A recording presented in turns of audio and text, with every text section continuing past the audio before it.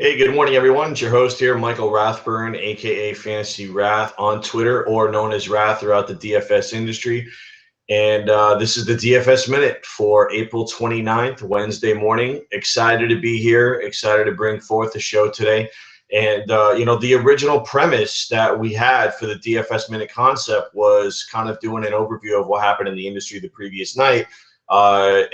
And now with qualifiers fully in play, and we got some news to talk about, definitely want to start touching on some of that stuff, and then sprinkle around a little bit what's going on in the industry, what's going on with the Twitterverse, and that whole world.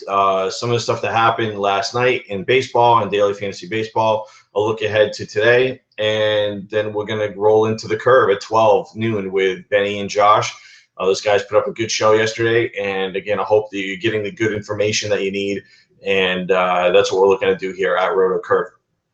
First, let's start off with last night and yesterday, kind of what happened. It's going to be bouncing around a little bit, but one of the things I want you guys to check out is hilarious. If you have a Twitter account, go look up DFS Mean Tweets, MEAN tweets. Pat Mayo with Fantasy Sports Network. He's at the THEPME. Known the guy for quite a long time with my days at Roto Experts. Put out this video with daily fantasy players and them reading off tweets that people gave them that were, degrading or, just condescending or trolling or whatever word you want to use for it. It's one of the funniest things I've ever seen. And he says they're going to do more of them. So it's absolutely hilarious. Guys like Drew Dinkmeyer, JJ from Number Fire is now my neighbor. Mike Leone, Davis, all these guys. It's hilarious to see this. They're so serious when they read them off, and it's funny that. Now, look, are there egos in DFS? Absolutely. There's egos. It's just a matter of what level your ego is at, and whether you're a personality or a persona or an ego or an egomaniac. So I'll let other people decide who falls into that category. But for the most part, I know most of these guys, and for the most part, these guys are pretty humble, and they're more than willing to help. And I think a lot of times that's overlooked. Is a lot of times that people are making a living doing this as a player or getting out information as an analyst.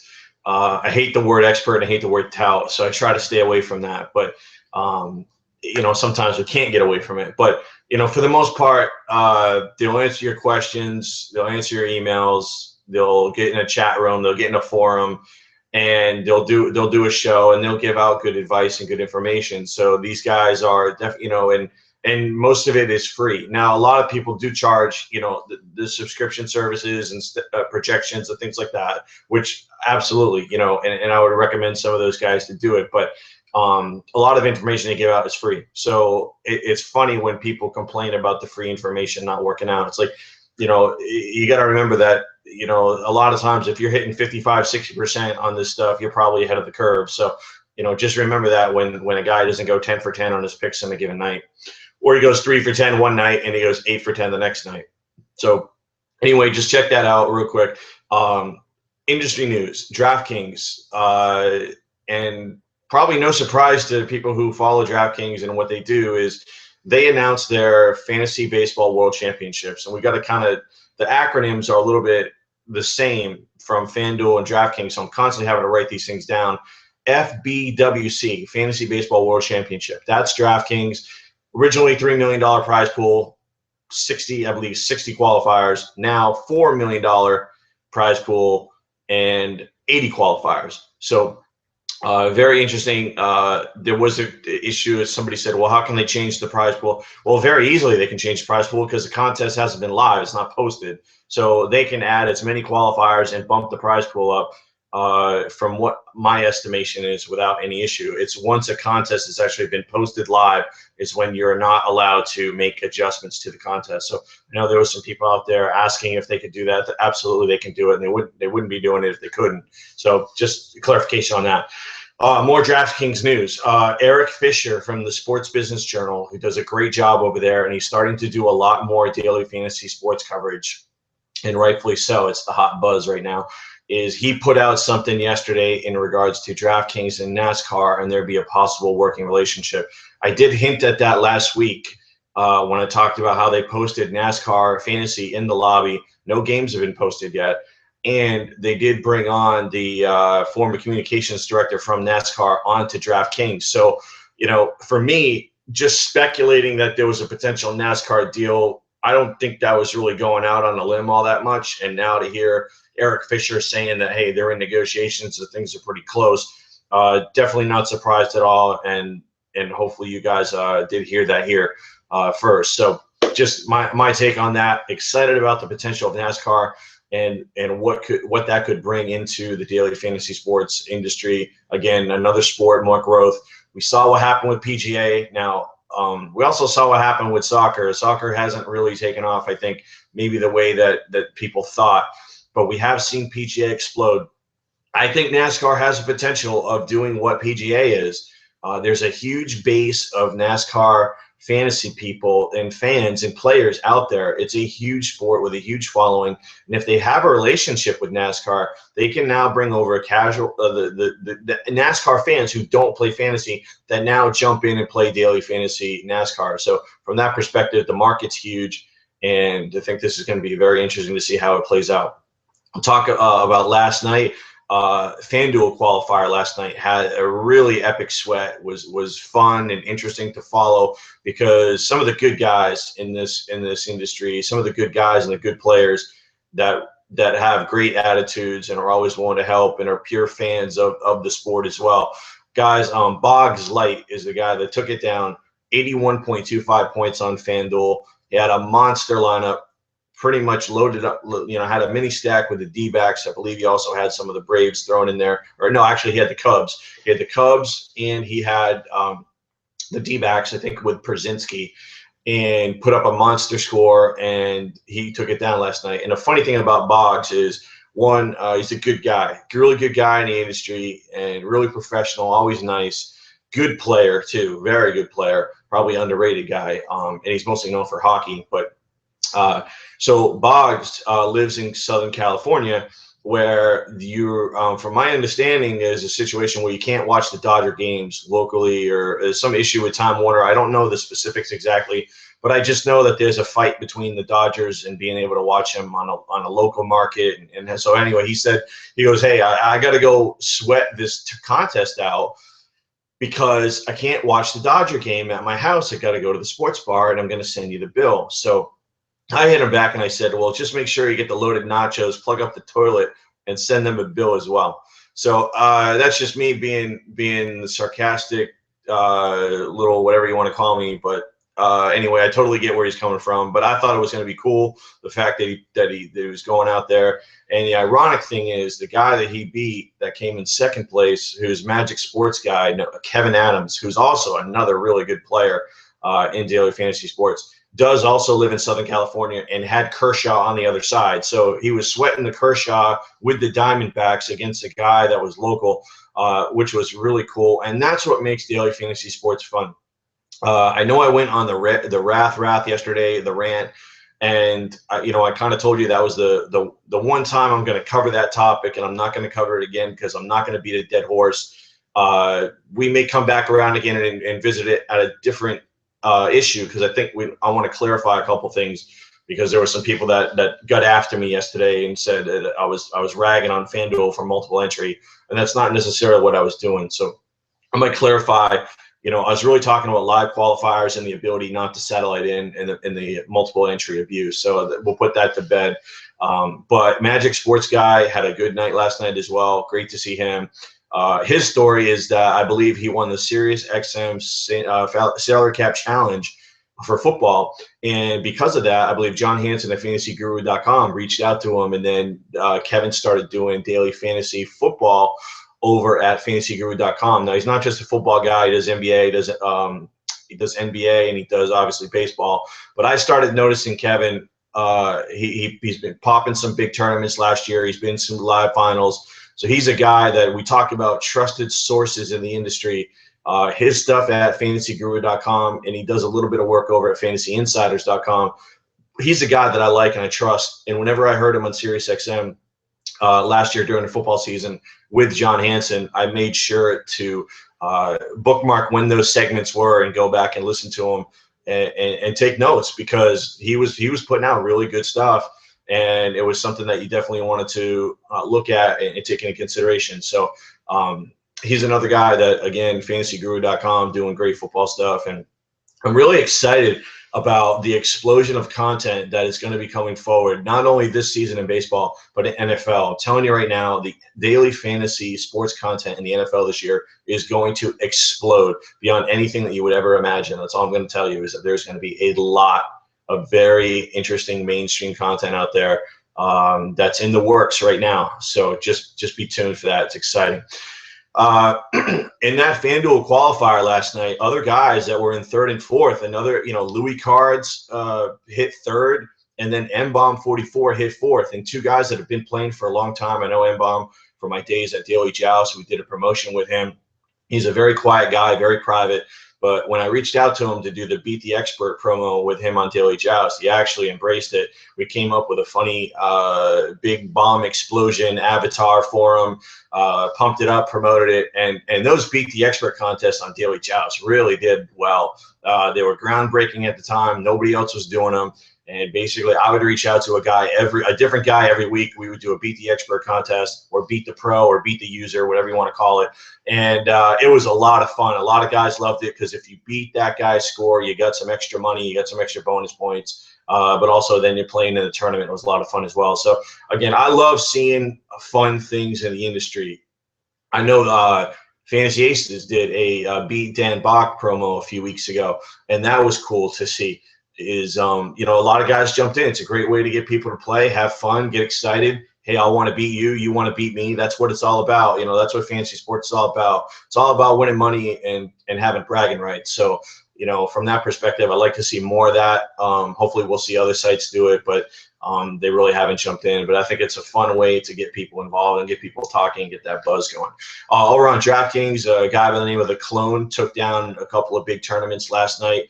And then BW was another guy, took down that $1 million home run, had a lot of entries in that contest. And that's one of the things that somebody brought up to me. They said, well, you jumped on FanDuel for multiple entry and the amount of people that they let in, and you're not jumping on DraftKings. Well, if you remember right, and I clarified this, in earlier videos, I said, at least I can satellite in on DraftKings. Like, I can get in on their fantasy baseball World Championship. I can qualify at $3. Now, they only run 2 of them, or 3 for per game set, or maybe 4 a day or whatever, but they're still giving me an opportunity. So I can't complain about that if I'm still getting an opportunity to get in at small. That was kind of my beef with it, is if it's a straight qualifier, it's only catering to a certain piece of the market. If you're putting satellites out there and you're allowing the small guy to get in, I have no problem with it. Now, the multiple entry thing is out of control in these live finals, but, it is what it is. I just would like to see satellites that were created. Now, there was, people said, well, you can just create your own satellite. Well, no, you can't, because you're limited to a max of 20 on FanDuel. So what if I don't want a $20 or $50 qualifier, the satellite? That's not the point. The point is the site should be the ones providing that contest to appeal to that player. My point is that the big prizes are bringing the new players into the game, into this industry. That's why we have the growth we have, and that's why they're putting the prize pools out there that they are for the live final and the $1 million prizes. It's bringing people in. But if you don't give them an opportunity to play, it's all for naught. That was my beef on it. That's my wrath. That's my rant, whatever you want to call it. And I'm done with it. I'm not going to cover it again unless something else changes and we got to go back and visit it. So DraftKings, we talked about that. Now, last night, if you had Houston, Washington, Atlanta, or Arizona, you probably came out in the money, because those hitters all went off last night and did very well. We did well with the picks last night. And we do good, we'll tell you. We do bad, we'll tell you. Now, Cueto hit. Ross was about a push. And David Phelps did come through. We talked about David Phelps as a tournament-only option. You could pair him up with Cueto, pair him up with Ross. Now, Ross Phelps didn't necessarily work out for me, but Cueto Ross, Cueto Phelps, that did work out for me. So I was happy with that result. And the top value play that we gave out last night at outfield was Denard Span, who turned out to be the #1 scoring hitter in daily fantasy baseball last night.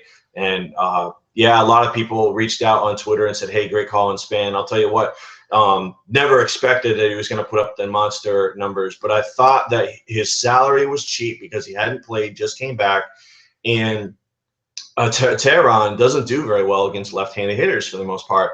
And on DraftKings, singles and stolen bases, especially from these leadoff guys, are huge. There's so much value in these guys. I think it's really underrated. And I did the numbers last year, and I talked to Benny Ricciardi from us from Rotocurve here. I said, what rank do you think Denard Span is? And this was about a week ago. And he's like, oh, I don't know, 50, 75, whatever. I said, he was top 20. He was top 20 on DraftKings last year. I said, he's coming back. No one's on him. Salary's cheap. I said, well, I think when Span gets in a nice spot, I'm going to use him. And it happened to be last night, and it happened to hit. So, those are going to happen. It's great. I'm glad that people got on Span last night and was able to use them. That's not going to happen every night. So don't set your expectations to that point. Przinski was another guy that I gave out as my #1 value catcher. A lot of people were on him last night, so I can't necessarily toot my horn on that one, but I hope you got on Przinski. And then Joey Votto was another guy that I gave out that hit big.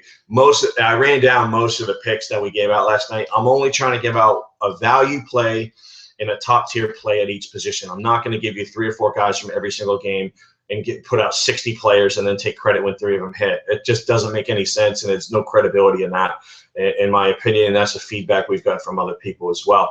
Is 1 at each. We'll probably give you 3 at outfield because you play 3 outfield. So I gave you 3 value outfielders last night, 3 studs. Some of them broke even, some of them didn't come through. But for the most part, if you built the lineup based on the picks that we gave you last night here on DFS Minute, you were in the money, because I heard from a ton of people that they cashed last night, and that's the key. When you're getting feedback from people that are saying, hey, I'm winning using your advice, that's what you're looking for. On FanDuel, because of the salary changes, it looks like your target scores for 50-50 and heads-ups are going to get bumped up. Now, last night may have been an anomaly, but it looks like you needed 40 to 45 last night to finish in the money, whereas in the past, sometimes you could get away with 35, 40, or even a little bit below 35. But just be aware that it looks like the target scores are moving up based on the salaries being softened. So when you're doing your projections and you're doing your lineups, that's what we're looking for. So we're looking for a little bit more value on the hitting side, because we can take we're going to need more points from the hitting side now, because we can take better hitters. So just be aware of that. Tonight on FanDuel, they are running some qualifiers. $25 Playboy qualifier. If you want to jump into a qualifier of a reasonable field, a reasonable price, I think that's the one to do it. There's a $200 Playboy qualifier. We'll leave that one alone. And there's a 1,065 World Fantasy Baseball Championship qualifier tonight. Again, we'll leave that one alone. No way to satellite in, so direct buy-in doesn't really appeal to what we're trying to do here. Now over on DraftKings, they are running more satellites for the Fantasy Baseball World Championship, so I give them a lot of praise and credit for that. You can get in at 3, 33, and 100, so all different price points with the ability of getting in. And those fields are pretty small, so it gives you a really good opportunity to go ahead and get a seat in one of those. So I like what they're doing. Hopefully we get some smaller ones coming through. But again, even if they go to a 109 entry and you can satellite in for $1 or $2 or $5, I think that's the way to go. It give the little guy a shot and be able to fill these as well. And tonight's schedule is a little bit funny. You got 5 early games. You got that crazy Oriole game. You got 2 6:00 games. Again, Cleveland and Boston. Stupid. And 8 late games. So keep an eye on weather. Play the early slate if you can, especially on DraftKings, where you can do late swaps. If you like some of the pitchers early on, and which I think, Cashner and Pineda would be a couple guys I think are in play today in those early on slates. If you like Cashner, you like Pineda, throw those guys in, and then don't wait till lineups lock. Put in a bunch of placeholders for guys that are going to play after 7 o'clock, and then once lineups come out, you can build from there. But if you like Cashner, like Pineda, take advantage. Again, early-only slates, qualifiers, a lot of times, soft competition on DraftKings, and a potential overlay. So if you want to get tickets into bigger contests, I'm always recommending hit that qualifier tab and see what they got going on. I know there's even some 25-cent qualifiers out there, satellites. So really cool stuff. Being able to just fire some entries in for 25 cents just for pure entertainment value. If you hit, you hit. It's fantastic. I mean, imagine turning 25 cents into $1,000 and building your bankroll. It doesn't need to be $1 million. It doesn't need to be 10,000. It could be 100. You're building your bankroll on a quarter. That's what it's all about, having fun in daily fantasy sports and then winning a little bit of cash along the way. Talk about some pitchers late. Definitely some good guys tonight that I like. Greinke probably would be the one of the top guys. A stat about Greinke I think I gave out last week on Twitter is 21-1 against the NL West since he signed with the Dodgers. So he's been really untouchable and unhittable. Gets a great matchup here at home against Vogelsong. So Greinke's probably my top guy tonight. Felix is on the road. He is a big favorite, but he is on the road at Texas, so I do proceed with a little bit of caution there. Not to say you don't want to use him, but I just think Greinke has a ton of play today. Greinke would probably be my number one guy unless something changes throughout the day. And that would be like the Rangers don't put a lot of their guys in today or something like that. Two other guys I think you can look at. One is definitely Carlos Martinez going against the Phillies. Vegas has adjusted to Carlos Martinez already. He's a heavy favorite, 175, total is 7, going against Harang. Now, Harang has actually pitched well so far in April, but I would imagine that the implosion is due any day. So no reservations, taking some of the Cardinals, but Carlos Martinez has been going deeper into games. He's shown the ability to get guys. We know the fastball is primo, and he can dial it up to 100 miles an hour. And a lot of people compare him to Pedro Martinez, actually, which is an interesting comp. Carlos Martinez upside, it might be one of the best in baseball as far as pitching goes. Whether or not that frame can hold up over a long term, how many innings can he go? You know, normally it looked like he was going to be a 5 or a 6 inning type guy with max effort, almost like a Yordano Ventura or a guy like Rich Harden back in the day. If you remember Rich Harden, loved Rich Harden, but he could only go 5 or 6 innings, but he would put up 10 Ks. So it was pretty crazy. But these guys with blazing fastballs and small frames, a lot of times they do break down, and that's something you want to worry. But for right now, we don't worry about that. Carlos Martinez is on fire, and I think he's in play tonight. And his price is still pretty good around the industry, so you get good value there. The other guy I look at tonight is Garrett Cole. I think that I've touted Garrett Cole early on in the preseason as a guy that I was targeting. I thought he was one of the guys that could really be a step up into that ace category this year, and he's already looking like he's doing that. So good pitching options tonight. Definitely going to be some good hitting options. I think tonight's going to be a big night as well. Last night was a big night, but I think tonight we're going to have another big night with the qualifiers and then also some sweats and some games. Always nice when you got good pitching options and good hitting options in daily fantasy baseball. So that's it for this morning, guys. I want to thank you again for all the positive feedback that we've been getting with RotoCurve, with the DFS Minute. Hit Benny and Josh up from 12 noon to 1 p.m. Eastern today. Excited about their show. And as we always say here at RotoCurve, stay classy, DFS.